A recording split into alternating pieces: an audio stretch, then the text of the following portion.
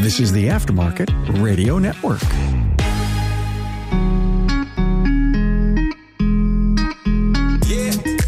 Welcome, and thanks for joining me on Speak Up Effective Communication. I'm your host, Craig O'Neill, and once again, I do look forward to sharing some of my recent takeaways from an event that I shared about. When you have a near confrontation with an individual in a place that's normally peaceful, it sticks with you. And this one stuck with me a little bit, and it's taught me a few things that I think I could have done better, and a few things I think I did very well in the near encounter, the encounter that I had back on August 29th, the story of the cemetery. So if you haven't heard that story, I've told that story now a few times, and there's a few links in the show notes that we'll provide for a new story.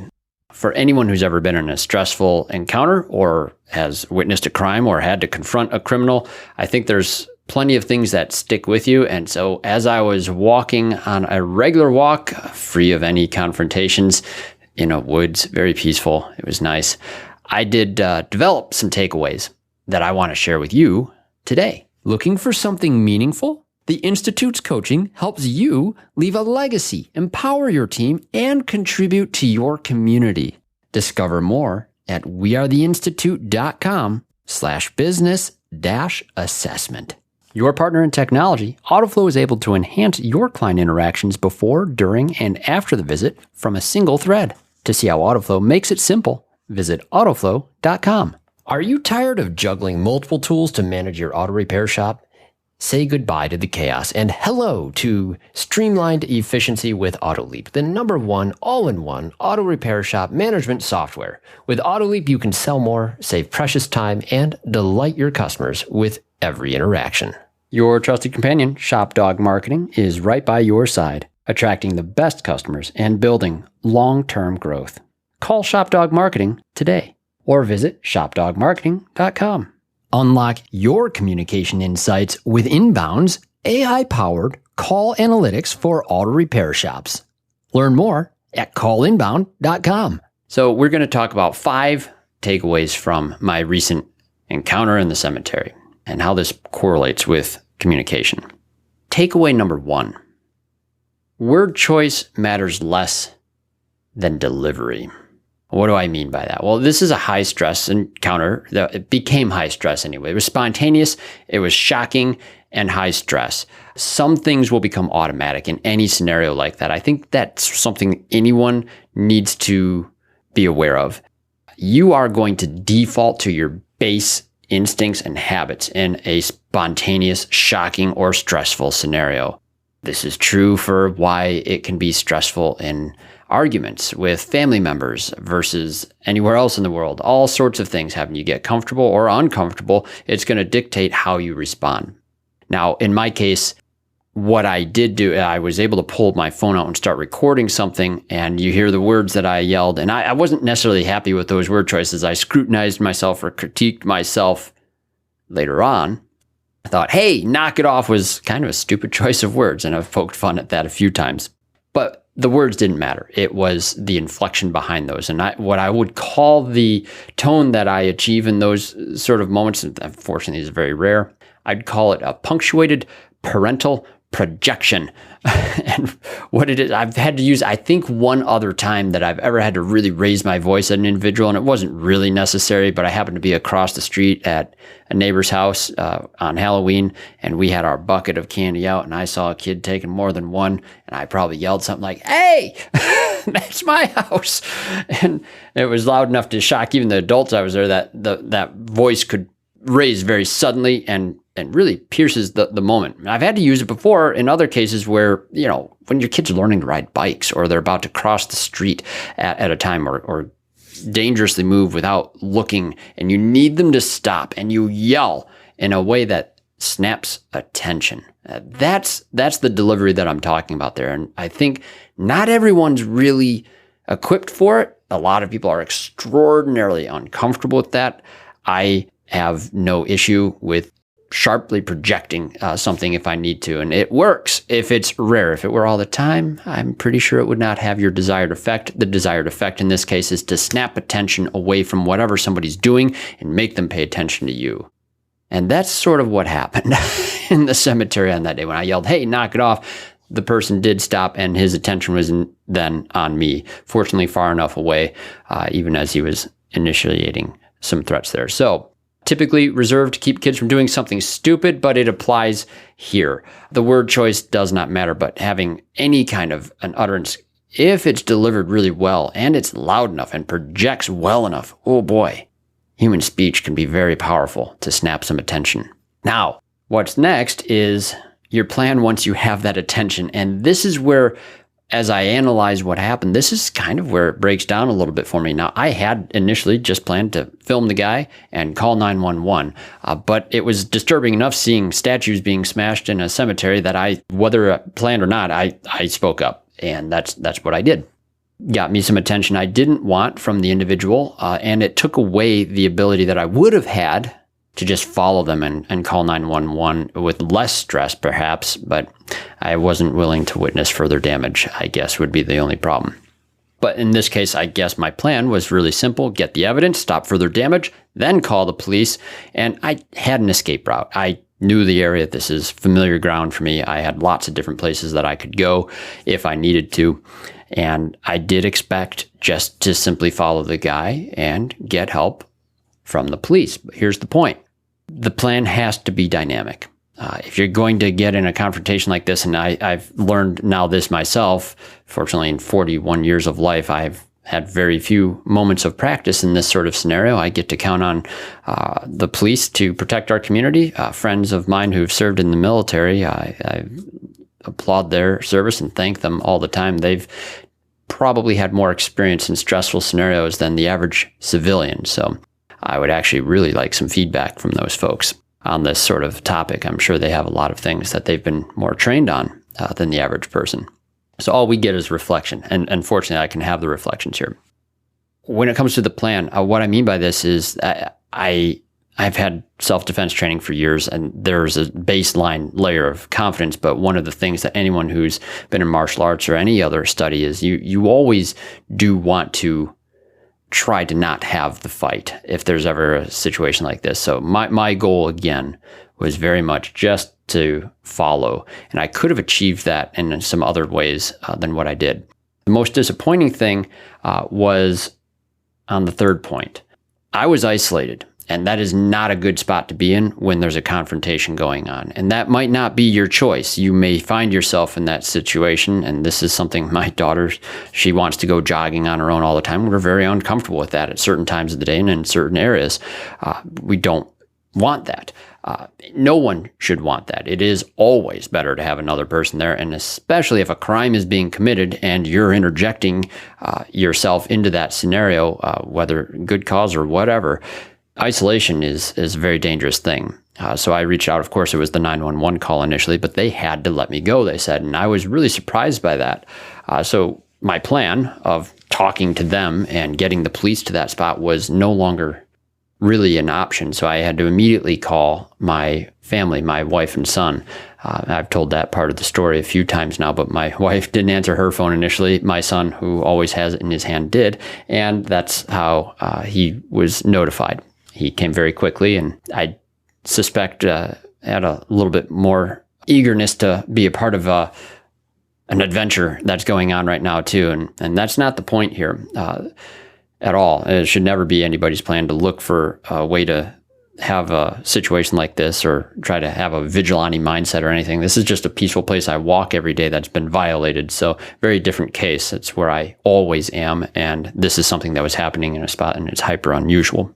But it is extremely important that someone else is there. And I think this was really important for me. It bolsters an appearance of strength when you have additional people with you. This was an individual that was committing a crime. And so having more numbers and the fact that my son brought his vehicle gave me even another option for escape, not in order to threaten a person to have a vehicle, but an escape route option opened up for me. I do believe that if you look at the films that I had in other parts of this story, My son and my wife were in the vehicle behind me at that moment when the guy says, "You want to die." And this was I don't think that guy wanted to hurt anybody. I never had that real read on him, like he was really serious, going to act on a threat. He wasn't making too many gestures that made it appear so, but I was also not doing that either. So hopefully the presence of multiple people, it just didn't even cross his mind as an option.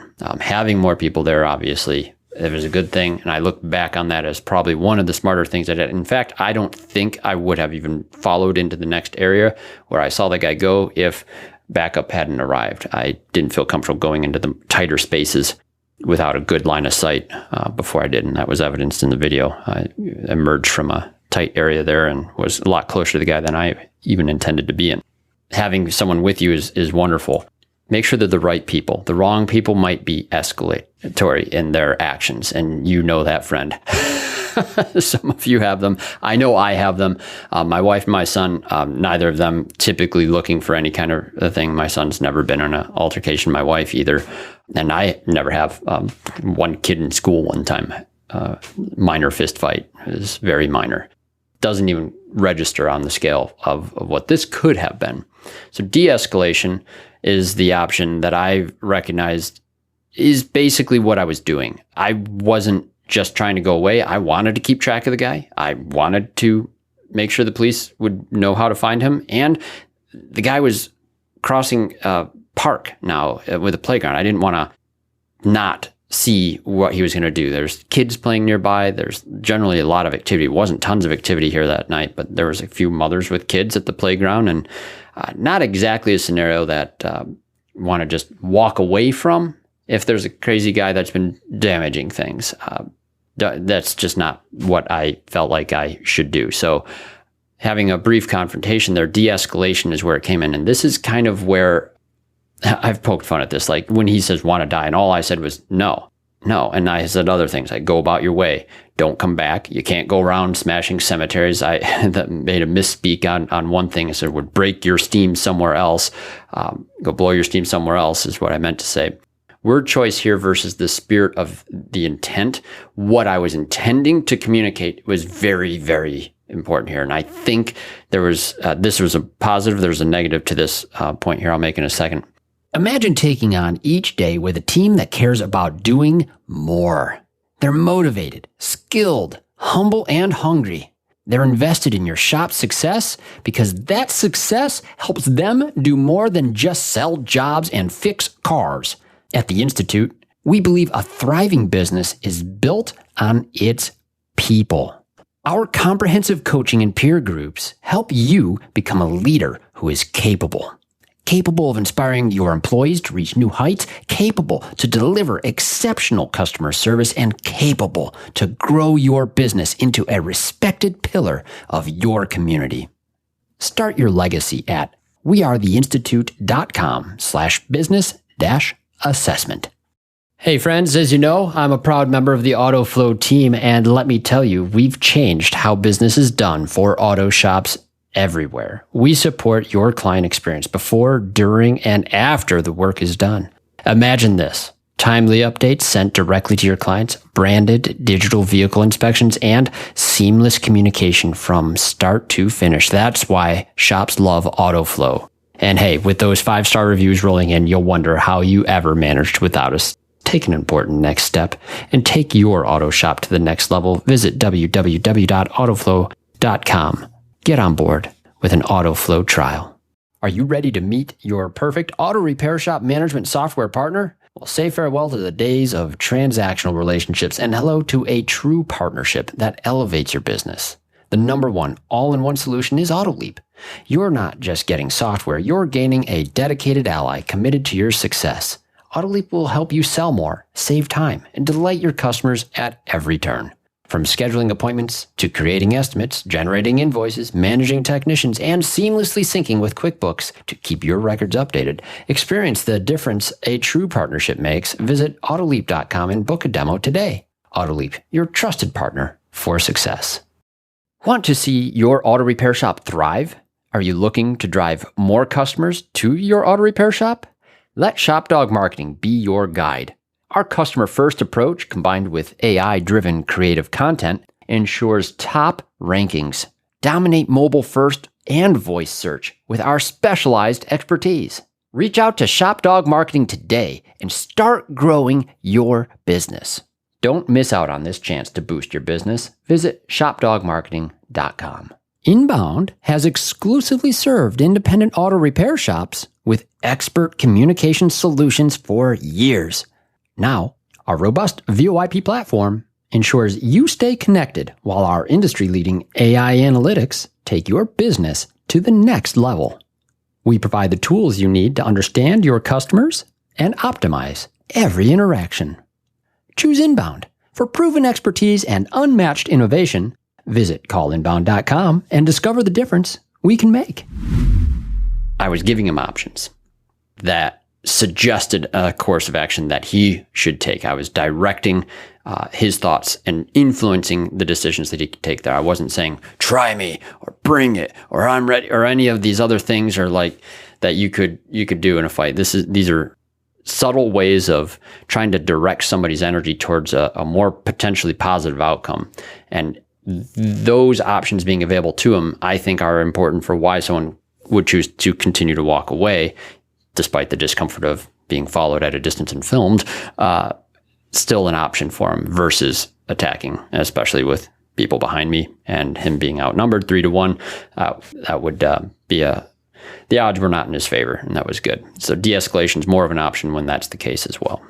Now, I did make a mistake in that first encounter, and I think it's important to mention this, and I've talked with my wife about this. Is like, isn't it a little instigatory when you came out there and you yelled at him again? Because, yeah, my initial reaction when I was kind of converging on what his path was and my path was on the second encounter, I yelled, hey, again. And I did this 2 reasons. He had changed his clothes slightly. He had acquired a backpack and a hoodie, and I was only about 95% certain that that is the same guy that I saw doing the crime a moment ago. And so I used that shout again, hey, to snap his attention and see what his reaction was. I don't think I planned it that way, but that's basically what I recognize I was trying to do now.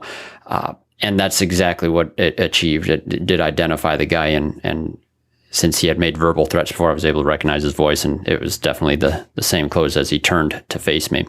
Not necessarily great, though, because it did have no plan besides like, what am I going to do when I get his attention the second time now? Good plan, right? No, not necessarily a great plan at all, but it served its own purpose. Now, the last thing I think is the most important thing, and this is the fact that, as I mentioned in the story, the cops did not show up. Local news did, and local news was very, very fast. They wanted information even that night, and I couldn't even upload things to a G drive as fast as they were reaching out to try to get stuff and wanted me to sign a form and say, I've never experienced that sort of thing before. But why was the news important? I think there's 2 things that happened. We contacted the cemetery folks. Their office was closed at the time, but we left a message. We contacted a few of our close friends in the neighborhood and close neighbors to let them know what was going on. And my wife posted one in a neighborhood Facebook group. Now, neighborhood groups, okay. I didn't make a post on this until the following day myself. But what I'm trying to say here is local news actually serves a really interesting purpose. And that's one of my main takeaways from this.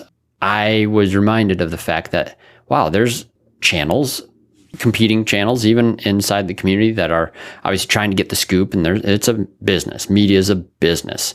Reporters, they need stories. We had a story, but the story served a purpose. The story served an important purpose of getting the word out to the community in a way that I think was actually really, really helpful to reclaim a space that had been damaged. And that's where my focus really was over the next several days after this event, is actually just being in awe of how much more traffic it brought to the cemetery. And now we have more good people wandering around. And when more good people are wandering around, then people who are up to no good don't show up. And it is that simple. So bringing awareness to the community of something terrible does attract attention. That attention brings about activity of a positive nature, and hopefully that lasts. Hopefully that space gets appreciated a little bit more. And I'm just grateful for the fact that, hey, there's people that will take these stories and they'll share it responsibly in a way that does serve the community. And that was actually a really beautiful thing to be a part of. So those are my takeaways, at least for now. I imagine I'll have several others, but I think I've talked about this story enough for now to let it be what it is. It was just a fascinating blip in my life of a circumstance where my goals of physical fitness and my goals of developing my communication skills kind of converged in an interesting way.